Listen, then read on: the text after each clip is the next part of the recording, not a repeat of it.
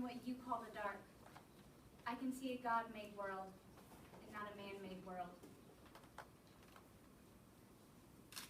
That quote was from Helen Keller, who lost her hearing and vision at age 1. Helen Keller grew up in a dark and silent world, but that's not the way she saw it. She lived her life focusing on what she did have. I didn't understand the full impact of Helen's journey until after my car accident in 2006. Contest master, fellow Toastmasters, and guests. That is when I learned the importance of having a vision and focusing on what I did have. I suffered numerous injuries in my car accident. One of the injuries I suffered was called a brachial plexus injury. This injury left my left arm, my once dominant left arm, paralyzed.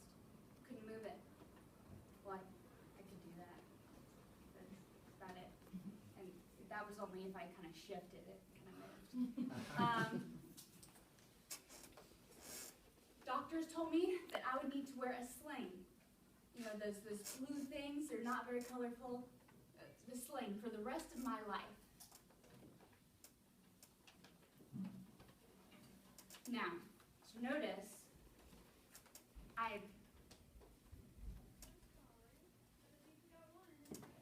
I'm not wearing the blue, dull, ugly sling because like I said, the importance of having a vision. I didn't, first of all, I'm not that unique. I've never seen anyone wear a sling their entire life. And if they did, they would make cuter ones, right? Right? So I used what I had. I have a mom that knows how to sew, and I'm creative. So we got together and we made some patterns. If I'm going to have to wear this my entire life, I'm at least going to look good. Now, the problem with this sling is that no matter what strides I made in my recovery, all anyone saw was a sling. They saw what I couldn't do. They saw what I was missing. And there were a lot of progress that was made in my recovery. In addition to this rare brachial plexus injury, I suffered traumatic brain injury. I suffered multiple broken bones, a stroke, I have short-term memory loss. I even had to relearn how to walk. I was 19 years old. Now, so obviously that's a lot of progress being made. I was back in school. Doctors told me I'd never be able to go back to school again because of my short-term memory loss. But I was in school and I was passing my classes, but whenever someone that knew me came up and they saw me, they felt me being in school wasn't the topic of conversation. They asked, they felt obligated to ask, how's your arm? How's your arm?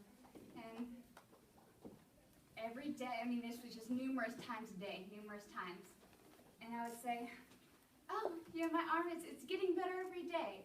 And my hand moved, so I would give a thumbs up. Mm-hmm. But that wasn't the truth. The truth was, my arm, it's the same as yesterday, the week before that, the month before that, and the year before that. It still doesn't move. But that's not what I said, because I knew where I was standing was not where I was going to stay. It's not where I wanted to be. I had a vision. I had a vision of my life without this thing, even no matter how cute I made it. I had a vision of life without it. I wanted people to see more from this than what I couldn't do. So I focused on what I could do, what I did have, and I worked with it. So I did research in the medical community, going to different doctors for 2 years, trying to find hope that my arm would move again. Finally, I was led to a doctor at the Mayo Clinic in Minnesota, and I was so excited, And I remember seeing, right before I left, I saw the doctor that treated me in the hospital. And right before I left, he was like, hey, I heard you were going to the Mayo Clinic. I said, yeah, I'm so excited, and he cut me off. He cut me off. And he said, I don't know why you're going. There's nothing they can do. And at that moment, the hope that I had for 2 years was nearly just vanished from the opinion of one doctor. But then I remember that I had a vision, and where I was standing is not where I was going to stay. I did go to the Mayo Clinic. I went, and they said, okay, they did EMG on my arm. Now what that is, the doctors will tell you it's mildly uncomfortable. No, it hurts very bad. It's where they stick little needles in your arm. They send electric shock through it. Well, in my case, it was my arm. They send electric shock through it, and it tests your nerve conductivity. So pretty much, the more it hurts, that's good. You know, your nerves are still working, they're still alive. Well, they did that, and it was painful, slightly mildly uncomfortable in doctor's language. And got the test back. The doctor said, okay, they had actual brachial plexus surgery that would have completely repaired my arm. And they said, you know, Jessica, it's been too long. It's too late. After a year, your nerves begin to die. I was no longer eligible for the surgery. I said, but, he's like, what we saw, because it was my bicep nerve that was torn, and that's the one that makes your arm go up. And that's what I needed, so I didn't have to wear this. They said, what we noticed was your tricep tendon is still good. And since gravity takes care of your tricep, your arm naturally falls with gravity, we can disconnect that and we can connect it to your bicep. And that way, when you push down, your arm will come up. And when you relax, your arm will go down. We can do it in 3 days.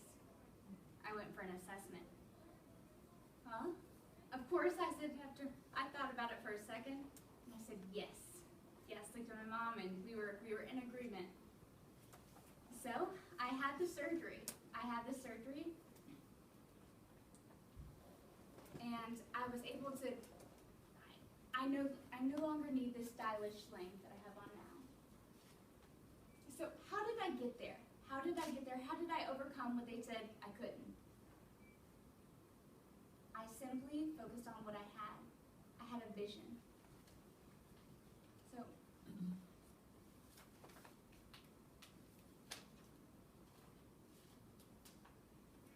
and that enabled me to overcome everything they said I wouldn't. They said I would never finish school again, but I just graduated this past May 2013. Biggest goal, overcome, because now that people can't see what I can't do, not an issue. So, I have movement at my elbow. I can't go out all the way, but it didn't matter because nobody knows. Nobody can see, and as long as no one can see, I'm good. But when I push down, my arm goes up. And when I relax, my arm goes down. So I feel like I'm smarter since I had to reroute my brain to learn how to do that. So, it's like when I dance, I can do a really good robot. But I encourage you to be like Helen Keller